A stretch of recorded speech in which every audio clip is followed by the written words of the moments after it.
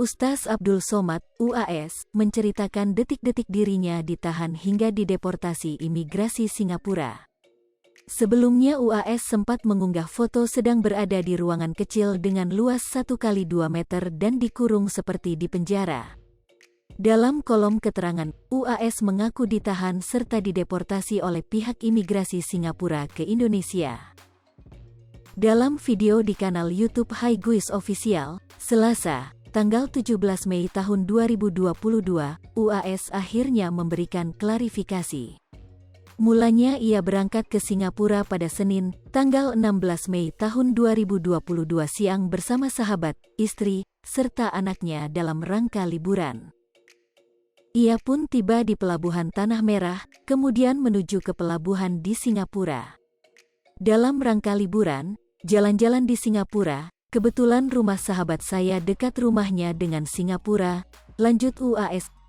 UAS sendiri hingga kini mengaku tak mengetahui alasan pemerintah Singapura menolak kedatangan rombongannya.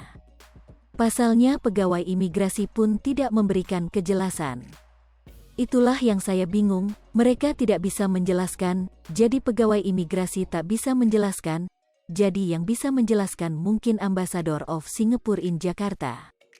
You have to explain our community, why did your country, why did your government reject us, why did your government deport us, tanya UAS. UAS menduga jika pihak Singapura khawatir bahwa ia merupakan rombongan organisasi terlarang. Pasalnya ia sudah membawa persyaratan lengkap dan sejumlah dokumen untuk menuju Singapura. Apalah karena teroris, ISIS, apakah bawa narkoba tolong dijelaskan, sambungnya. UAS kemudian menjelaskan detik-detik dirinya ditahan.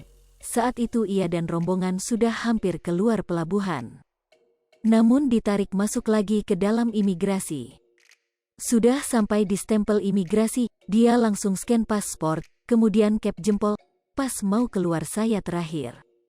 Semua sudah keluar, pas saya mau keluar, baru tuh tas ditarik masuk, ujar UAS. Seorang pegawai imigrasi kemudian meminta UAS duduk di lorong imigrasi, ia pun mengecek isi tas yang dibawa sang ustaz. Rupanya tas tersebut miliki istrinya yang berisikan keperluan bayi.